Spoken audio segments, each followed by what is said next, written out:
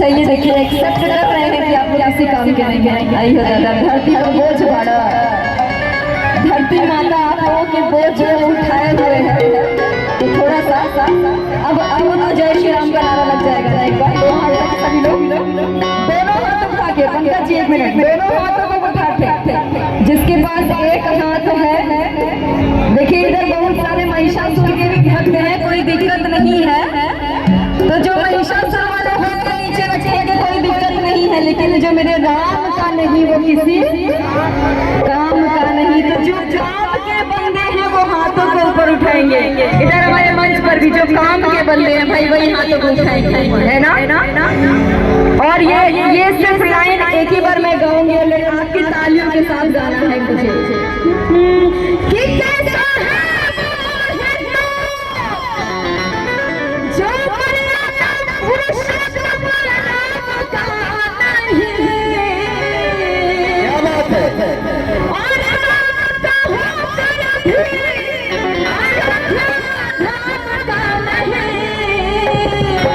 और तनी ताली बजा के कि जो मेरे राम